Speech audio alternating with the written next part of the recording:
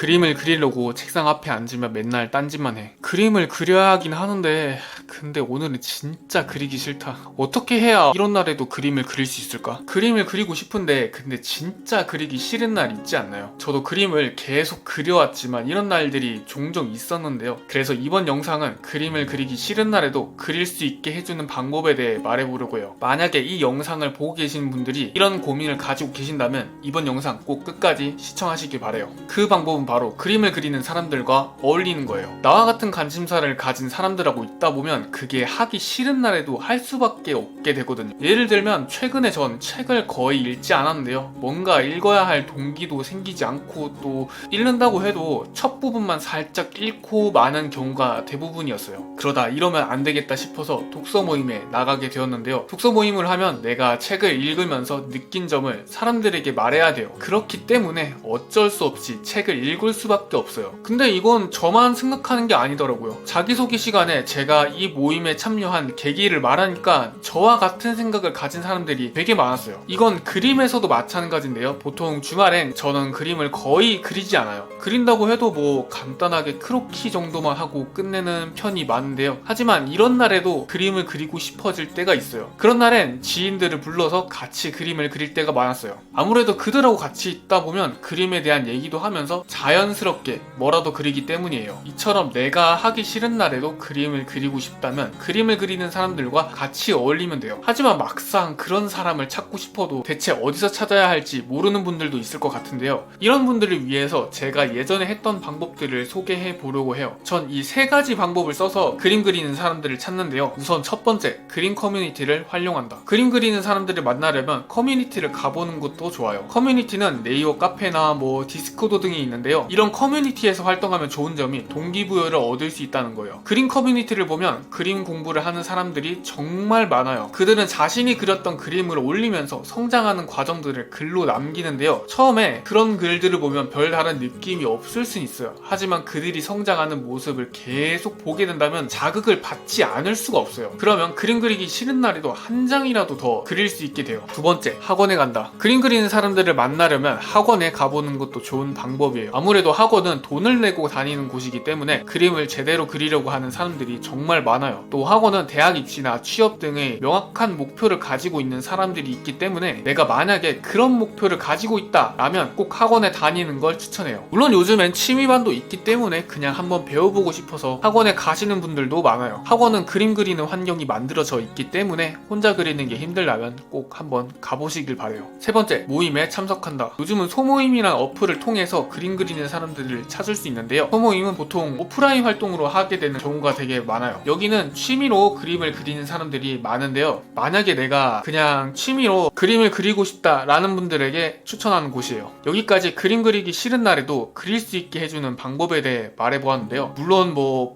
번아웃이나 슬럼프 같은 특수한 상황이 왔을 땐 잠깐 쉬어주는 것도 정말 좋아요. 하지만 그냥 귀찮아서 하기 싫다거나 아니면 그냥 안 하는 거라면 이렇게 그림 그리는 사람들과 어울리면서 같이 있어보는 것도 좋아요. 그러면 하기 싫은 날에도 자연스럽게 그림을 그릴 수 있게 될 거예요. 그럼 이번 영상은 여기까지고 다음에 더 좋은 영상으로 찾아올게요. 재밌게 그립시다. 토드였습니다.